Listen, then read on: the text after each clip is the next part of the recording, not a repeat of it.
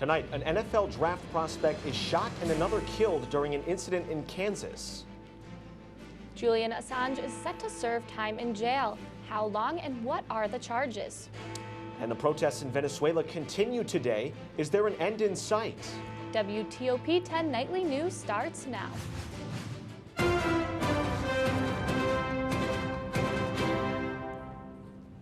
Good evening and welcome to WTOP 10 Nightly News. I'm Seth Prevertill. And I'm Jessica Kisluk. Protests began near La Carlota military base between civilians and the National Guard after yesterday's violent clash between Guaido's supporters and armed military vehicles that occurred in Caracas. Former recognized leader Nicolas Maduro said in a statement on a television address that protesters will, quote, not go unpunished. Some protesters threw rocks and were seen making Molotov cocktails. The National Guard threw tear gas at protesters. U.S. Secretary General Antonio Guterres has called for both sides to avoid violence. The U.S. reiterated its support for Juan Guaido as interim leader of Venezuela.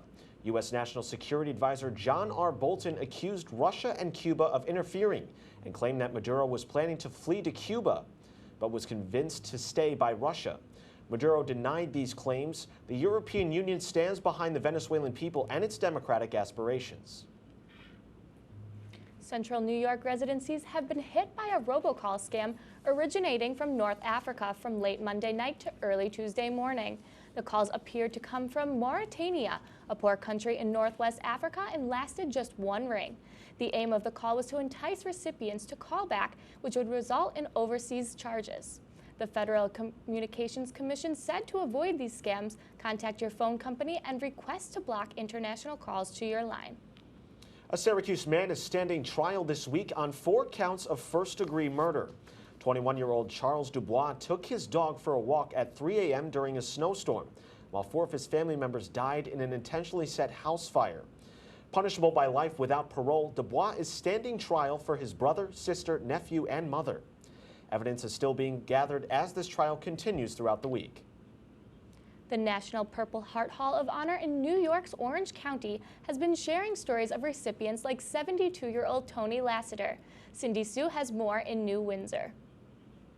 This is the National Purple Heart Hall of Honor in New Windsor, New York. The mission is to collect and share the stories of Purple Heart recipients, like 72-year-old Tony Lassiter, who was wounded during the Vietnam War when his convoy was hit by a rocket-propelled grenade. That's the one medal that you don't want to get, right? But since I have it, that's the one medal that I'm really proud of. I mean, like I said, there's only 2 ways to get that medal, right? You get wounded or you get killed. 2 of Lassiter's fellow soldiers were killed in the attack. And while it's been 50 years, he still has nightmares about Vietnam. I can still see it so clear, you know. And I guess that's some of the problems that I have. You know, I can't let it go. Lassiter's story is now part of the database of men and women who've earned the Purple Heart. It's estimated about 1.8 million Purple Hearts have been awarded, but the government doesn't have an official list of recipients. So the database, known as the Roll of Honor, only represents about 10% of the recipients. And all it takes to enroll is to complete this form, which includes verification the award was made. And it's voluntary. That's the catch. Our Achilles heel or our challenge, there are no master lists to draw upon. We rely on recipients, their families or friends to do this. The museum was opened in 2006, and many school groups come to visit.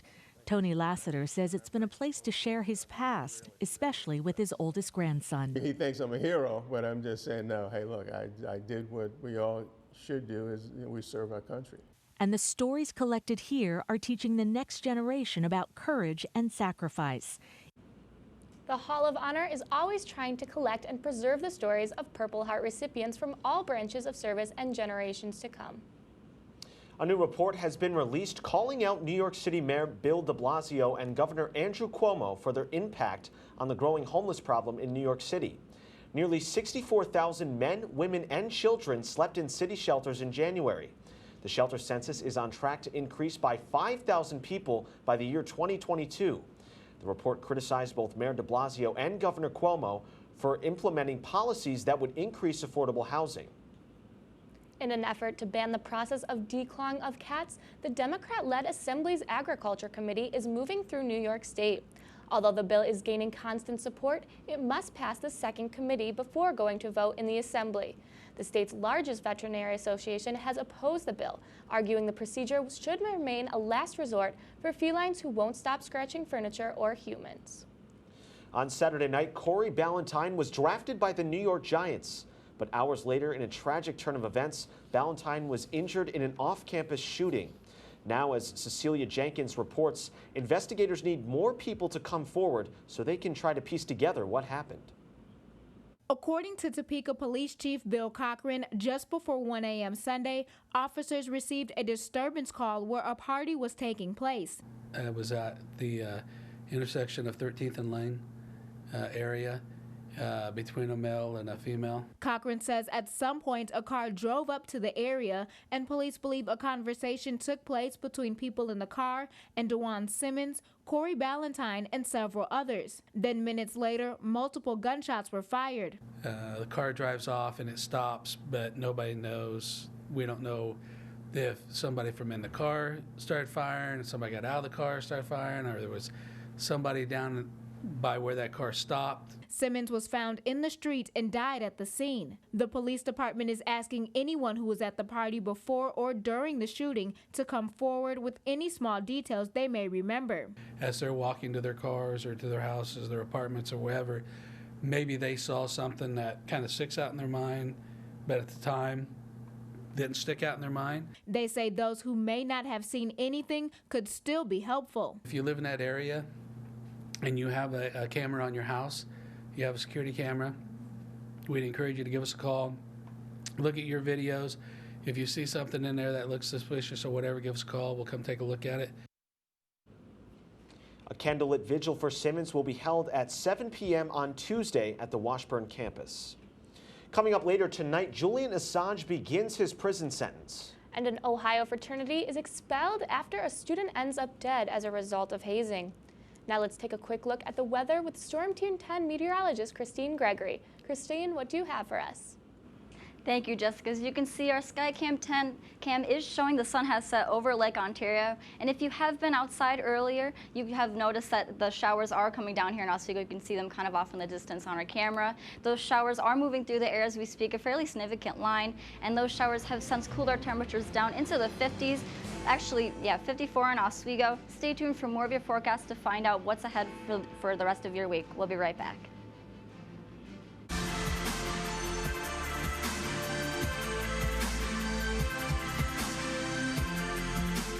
Anybody can be a firefighter. Male, female, younger, older. We have school teachers. We have leaders in business. It's me, you, anyone that wants to be. There is no typical firefighter.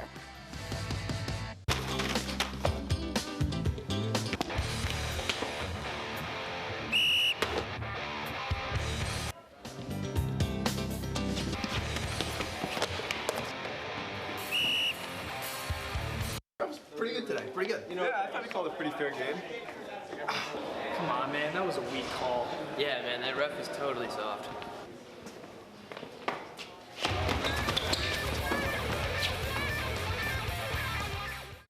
You might not know everyone in your community, but if you did, you'd see that people in recovery from mental and substance use disorders are all around. Reach out for support and begin your recovery journey. Join the Voices for Recovery. Strengthen families and communities. For confidential information on mental and substance use disorders, including prevention and treatment referrals for you or someone you know, call 1-800-662-HELP. Brought to you by the U.S. Department of Health and Human Services.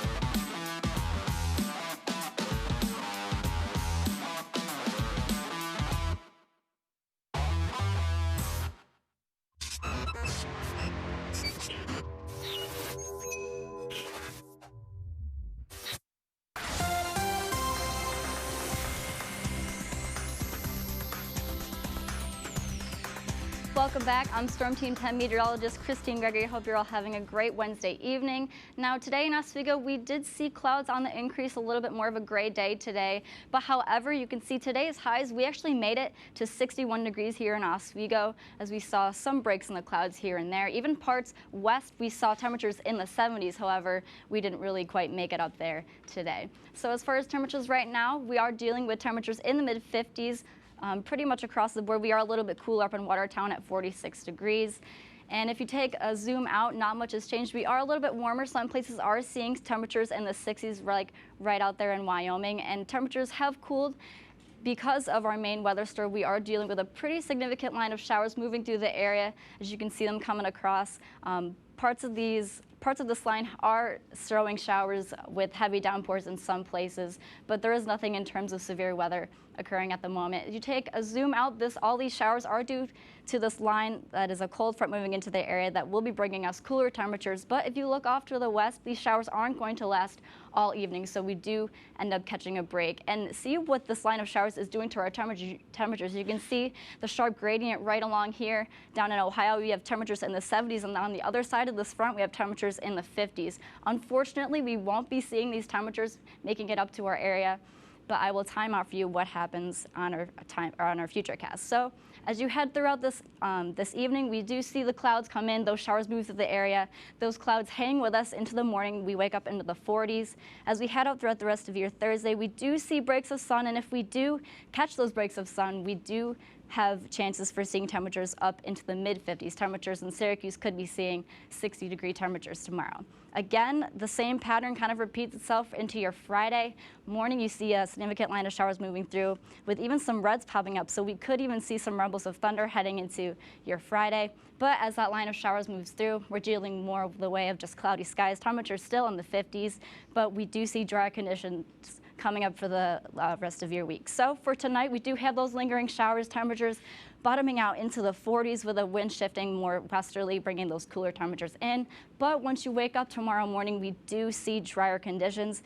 Again, waking up with temperatures in the 40s, hopefully making it up into the 50s if we see those breaks of sun, but overall a much drier day than what we're seeing right now. So for your 7-day, we do see unsettled weather for the rest of your week. Temperatures hanging on into the 50s. Your Sunday looks a lot better in terms of dry conditions. We have temperatures in the upper 50s. And for the rest of your week, we do have temperatures hanging on into the 50s, drier conditions for the start to your work week. Stay tuned for more nightly news. You're watching WTOP.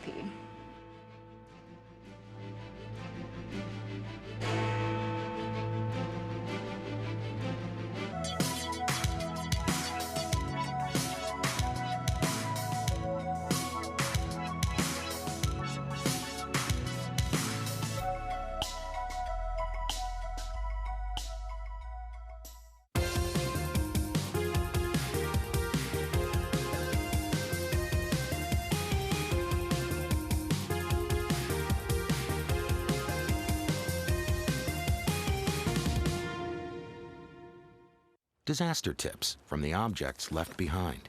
My home wasn't insured, but you can check your insurance policy now to make sure you're covered. Oh. My savings are lost, but you can put money aside and plan for unexpected disaster costs. We're lost forever, but you can scan important documents now so they survive. For more tips on how to prepare, visit ready.gov. Hi, I'm Zachary Haynes. I'm the new host and producer of the new comedy sketch show, Acting Out, a comedy sketch show by college students for college students. You can check us out here on WTOP every other Sunday this semester on B weekends. Okay, I guess B weekends are down here now in the bottom left corner of your screen. Anyways, we got all sorts of great sketch. Okay, guys, what's going on with the set? What's going? I got some Oxy after I hurt my neck. First, I took them to feel better. I didn't know they'd be this addictive. I didn't know how far I'd go to get more. Opioid dependence can happen after just 5 days. Know the truth, spread the truth.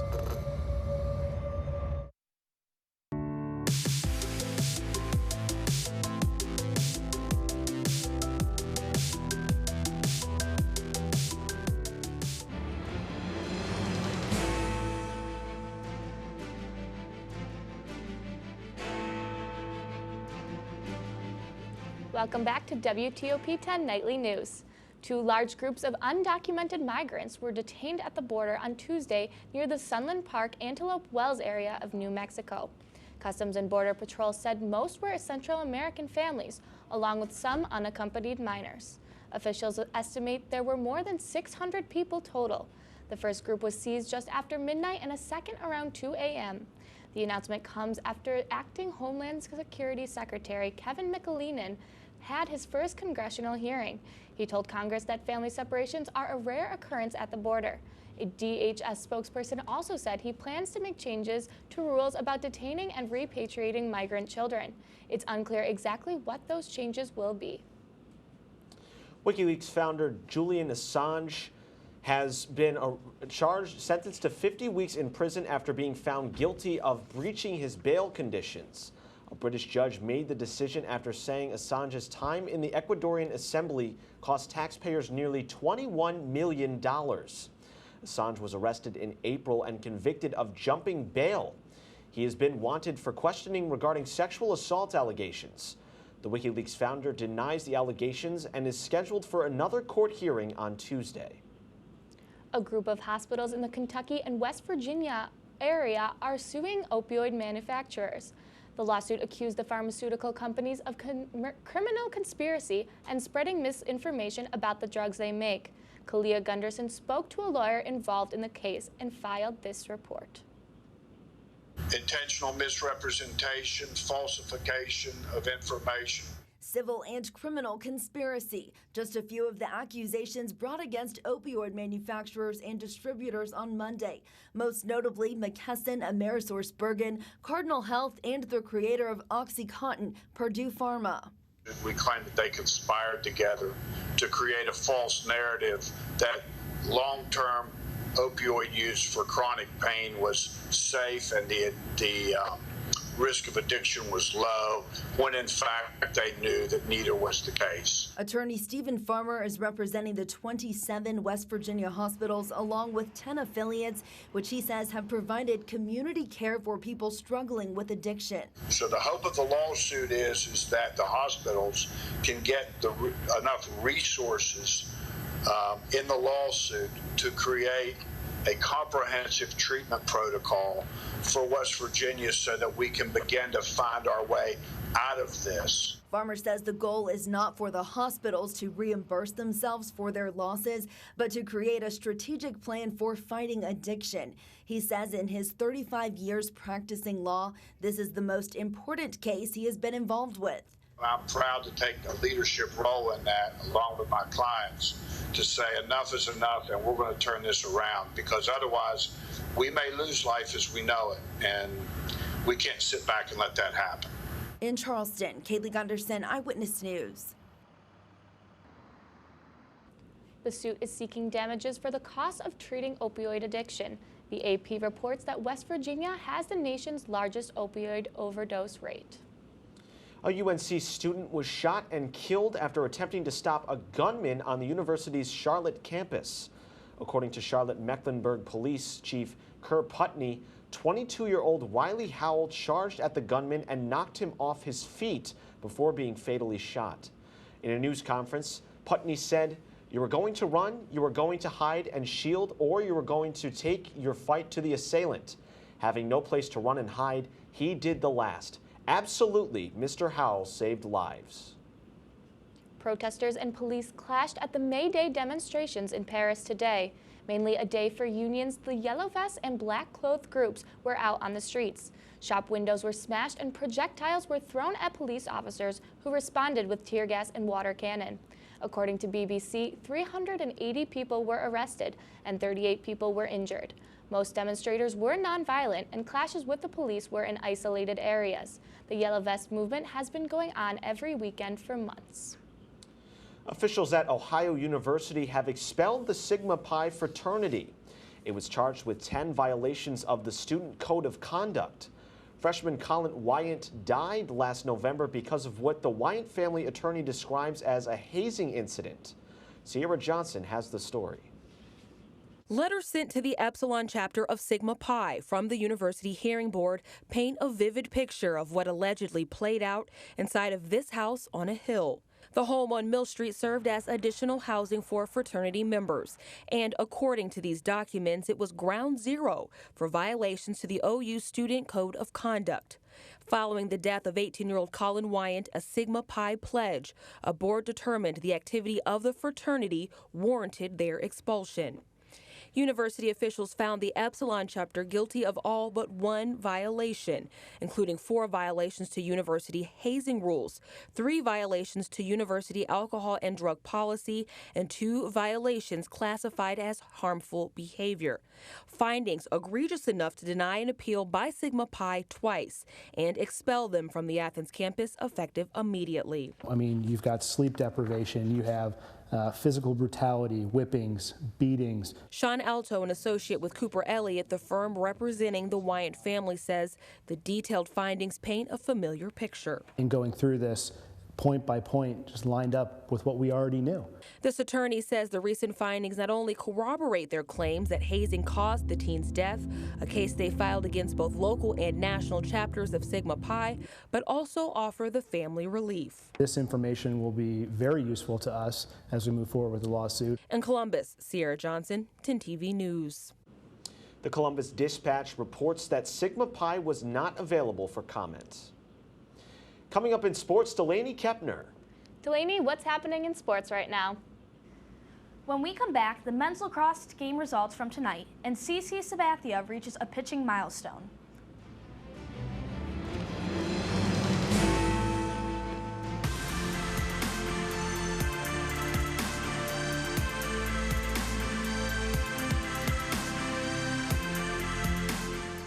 There was an old woman who lived in a shoe. She had so many children, she didn't know what to do.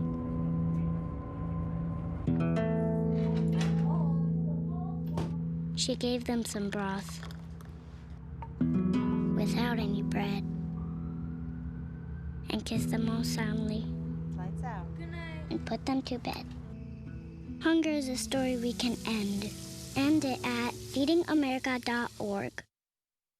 Oh my god, so you'll never believe what happened to Khloe Kardashian this week. Oh my god, what happened? Tell me. Okay, so she was at the mall, shopping at Saks. Oh, hey, didn't see you there.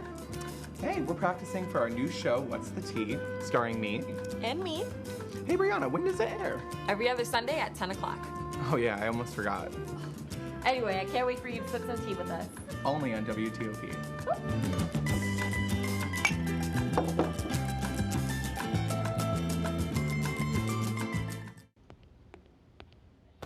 Can I tell you a cat joke?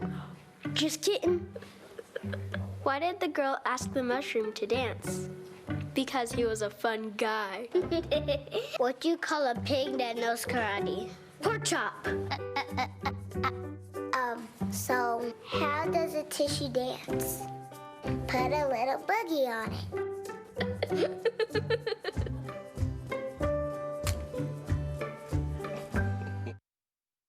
Opioid dependence can happen after just 5 days. Know the truth, spread the truth.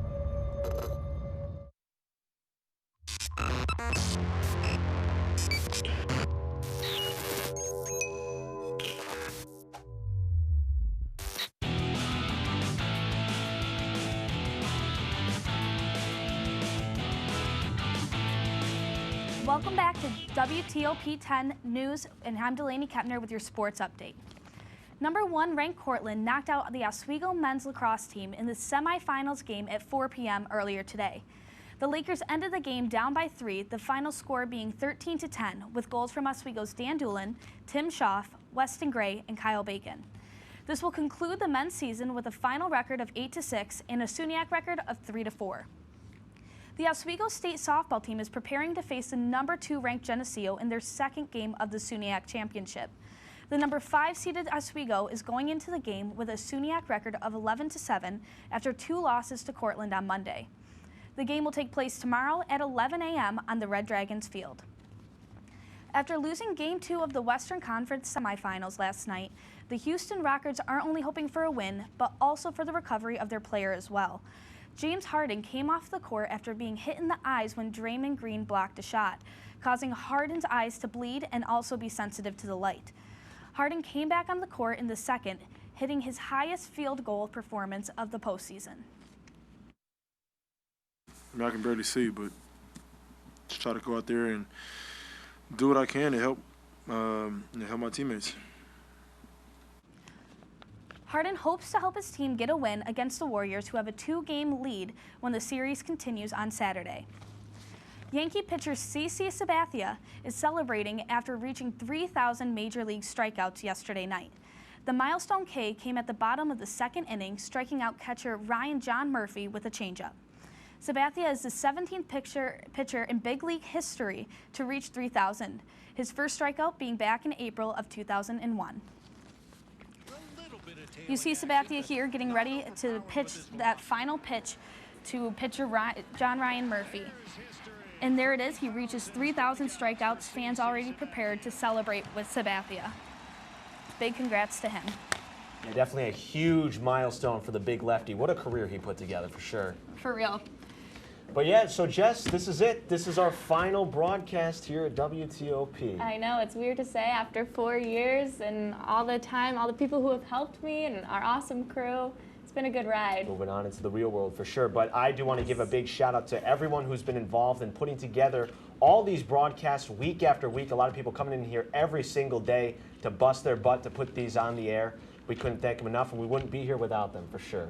That's true. And also a shout out to my parents who always watch me, and shout out to everyone else who has helped me throughout the years in my broadcasting career. So Christine, do you have a last weather update for us? I do. So overall for the rest of your week, you can expect temperatures to be more seasonable for this time of year, upper 50s, maybe 60s, but we do start to see the unsettled pattern start to set in with those rainy days, things looking a little bit more dry for your Sunday and Monday. We've seen a lot of rain lately, Yeah. I feel like. There's a lot of rain happening, and those temperatures, you know, it's May now. I was hoping for a little bit more, closer to 60, maybe even 70. Yep, You know, I mean, 60 would be nice. Yep, I guess we'll just have to be a little bit more patient to see those 70-degree temperatures stick with us. You know, you can't win them all here in Oswego. Grab a last warm bite at Bev's or Rudy's as well. You know, I want an ice cream. I want an ice cream at Bev's that's actually melting in my dish. Right now, it's actually it's getting freezing. colder as I'm, you know, sitting there and eating. But anyway, that's our report tonight. Be sure to stay tuned for the real deal at 10. Thank you for watching, and have a great night, everyone.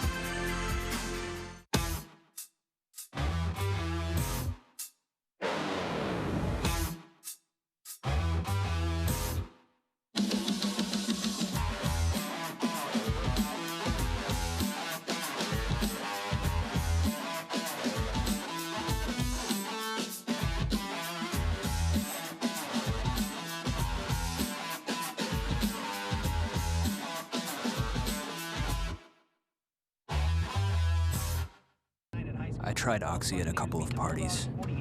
I thought I had it under control. I didn't know it'd be this addictive. I didn't know how far I'd go to get more. Opioid dependence can happen after just 5 days. Know the truth, spread the truth. Once there was a boy who did the same thing again and again. One day, he was told he had autism. He got help and slowly learned how to live with it better. Early intervention can make a lifetime of difference. Learn the signs at autismspeaks.org.